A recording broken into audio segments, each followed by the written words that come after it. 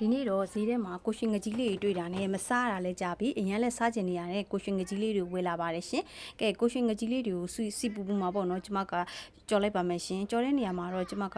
အရင်ကျွတ်သွားတော့မကြိုက်ဘူးပေါ့နော်ပြင်းတွဲလေးကိုပဲကြိုက်တယ်အဲ့တော့ကြော်ထားလိုက်မယ်ကြော်နေစဉ်အတွင်းမှာတော့ကျမကကျွတ်သွန်ဖြူနေကိုပပလှီထားလိုက်ပါမယ်ရှင်ကဲအောင်ငကြီးကြော်လေးရပြီဆိုလို့ရှင်တော့ပကံလို့တစ်ခုထဲမှာခဏဆက်ထည့်ထားလိုက်ပါမယ်ပြီးရင်တော့ခုနကလှီထားတဲ့ကျွတ်သွန်ဖြူနေလေးကိုစီတက်ပါမယ်ရှင်ကျွတ်သွန်ဖြူနေလေးကိုကြော်တဲ့ခါမှာကျွတ်နေအောင်ကြော်မယ်နော်ကျမကအဲ့လိုမျိုးကျွတ်လေးဆိုလို့ရှင်ပေါ့နော်ကျွတ်သွန်ဖြူနေရောအနီလေးနန်းလေးရောအရန်မှုပြီးတော့စားလို့ကောင်းပါတယ်ရှင်ပြီးလို့ရှင်တော့မီးရှိန်လေးလျှော့ပြီးတော့ခွဲချမ်းဘက်လေးကိုထည့်လိုက်ပါမယ်အချိုငံလေးထည့်မယ်ငပြားလေးပေါက်လိုက်တဲ့အခါမှာငပြားနဲ့တင်းတင်းလေးနဲ့ကျွတ်သွန်ဖြူနဲ့တင်းတင်းလေးနဲ့အရန်စားလို့ကောင်းတယ်နော်ပြီးပြီဆိုလို့ရှင်တော့ကျမကခုနကြော်ထားတဲ့ကိုရှင်ငကြီးလေးကိုထည့်လိုက်ပါမယ်ရှင်ရတာလေးနှက်ဆက်သွားအောင်ခဏမှွေလိုက်ပါမယ်ဒီကိုရှင်ငကြီးကြော်လေးပေါ့နော်ကျမမျိုးသားအရန်ကြိုက်ပါတယ်ရှင်ဒီနေ့သူ့အတွက်ကြော်ထားပေးတာပေါ့နော်ငကြီးကြော်လေးရဲ့သူအရန်ကြိုက်တယ်ကလပဲဟင်းညိုလေးရဲ့ပဲဖြစ်ပါတယ်ရှင်ကဲဒီနေ့ရဲ့ဟင်းအတွက်ဆက်ကလေးကတော့ကလပဲဟင်းညိုလေးနဲ့ကိုရှင်ငကြီးကြော်လေးပဲဖြစ်ပါတယ်ရှင်